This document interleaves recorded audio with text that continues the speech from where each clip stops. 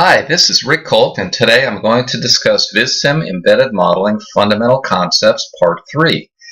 This video will cover the following topics: controlling the read and write order of execution in the VisSim Codegen, creating vectors using the VisSim buffer block, and configuring the plot block to display vectors. Specifically, we'll discuss the external trigger, setting the x-axis range, and setting the x-axis label.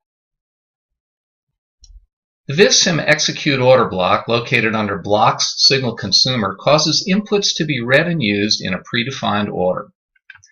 In this example, we're reading in 6 inputs, a combination of hardware and software points, and assigning them to variables V1, 2 through V6. Before they're being used in the summation, we are using the execute order block to configure the order in which the inputs are read into this model. In this example, V6, 5, and 4 are read in first, followed by V1, 2, and 3. If I go to Tools, Codegen, Generate Code, and View the Code, I can see the effect of this execute order block. In the code here, you'll notice that V6 is used first, followed by V5, V4, V1, V2, and V3. The order that I have specified in the XE order block. Now let me change this block, and what I'll do is I will rewire the 1, 2, and 3 to the first input, and I'll wire V6 to the last input. Re-execute code, Codegen, and view it, and now look at the order in which the inputs are being read and used, and I see they're being used as V1, 2, 3, 5, 4, 6, the order that I've specified. Similarly, it is sometimes necessary to control the order that outputs are written to the VisSim Codegen. VisSim uses vertical placement of blocks or enable compound blocks to define the write sequence. Blocks at the top of a model are written before blocks at the bottom of a model. Let's illustrate this with the Codegen. On this model, I have an output extern float OAT EST, followed by 2 additional outputs, FPF1 and 2. Let me generate code and view the Codegen, and you'll see that I have an output OAT EST that occurs prior to FPF1 being set to 0, which occurs prior to FPF2 being set to 0. Let me change the order. I'll simply move this extern OAT EST down below the FPF1 and FPF2 writes, regenerate code, view the code, and scroll down, and we can see that FPF1 is written first, followed by FPF2, and last by OAT EST, being located at the bottom. Frequently, it's necessary to store a sequence of signal data for matrix processing or plotting. The buffer block serves this purpose. Located under Blocks, Matrix Operation, the block accepts a scalar input, shown by the narrow line, and produces a vector output. Properties are shown in this window. The buffer length, which is the number of elements in the buffer, dt is the time spacing between elements, and 4 checkboxes: add input trigger, add buffer full output pin, use circular buffer, and reverse buffer. The first 2 checkboxes are self-explanatory. We'll focus on the circular buffer and reverse buffer in the next example. This example illustrates the use of the buffer block configured 4 different ways, involving the circular buffer and the reverse buffer. Each buffer is configured to run 5 elements at the time step interval that I'm using for the simulation. I'll single step, feeding my ramp in. Initially, what you'll see with no check marks is the buffer will begin filling from the left-hand side, and as I increment in single step, it continues to be filled from the left-hand side until the buffer is full, and then it simply moves the window to the right, and we lose the oldest element. In the second example, with the reverse buffer on, what we see is I'm filling from the right. As I single step, I add new elements in at the far right, and I begin losing elements off the left side of the buffer.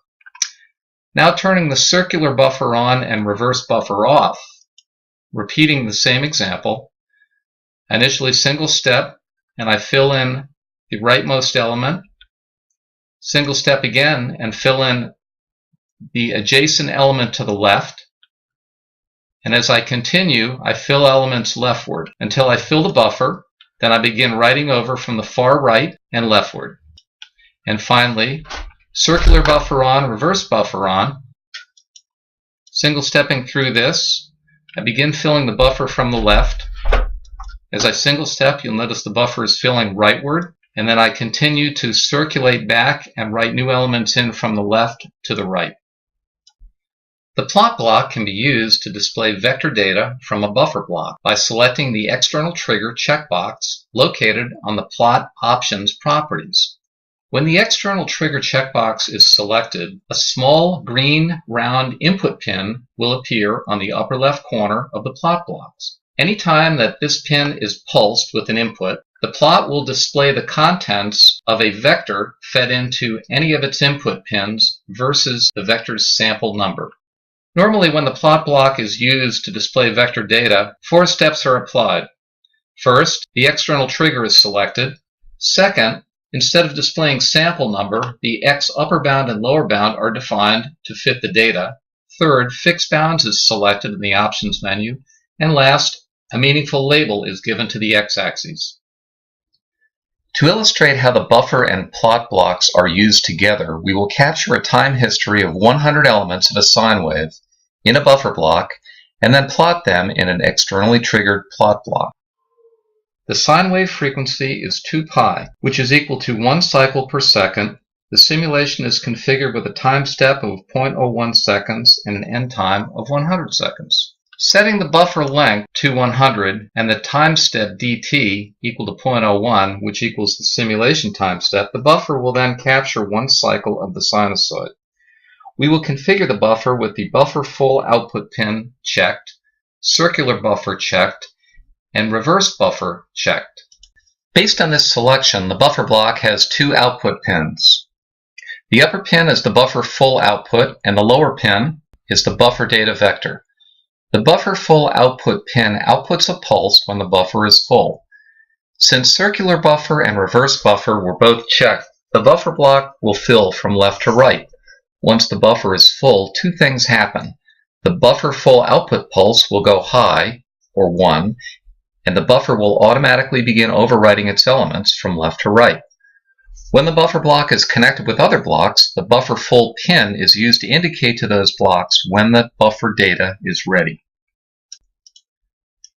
The plot block will be configured with the external trigger on, the axes set to 0 to 1 in seconds, fixed bounds on, and the X label will be time in seconds. Running the simulation, we see a plot of 1 cycle of the sine wave. A plot block configured with external triggers selected will display an n-element buffer with sample 0 displaying its leftmost element and sample n-1 displaying its rightmost element. If the buffer block in this example were modified by unchecking the reverse buffer, the buffer would fill from right to left instead of left to right. Since the buffer block is recording exactly 1 cycle of the sine wave, a plot of this data will display a sine wave that will appear to be phase shifted by 180 degrees, which is the same as multiplying it by -1. To illustrate this, the reverse buffer checkbox in the buffer block is deselected. Running the simulation reveals the effect of this change.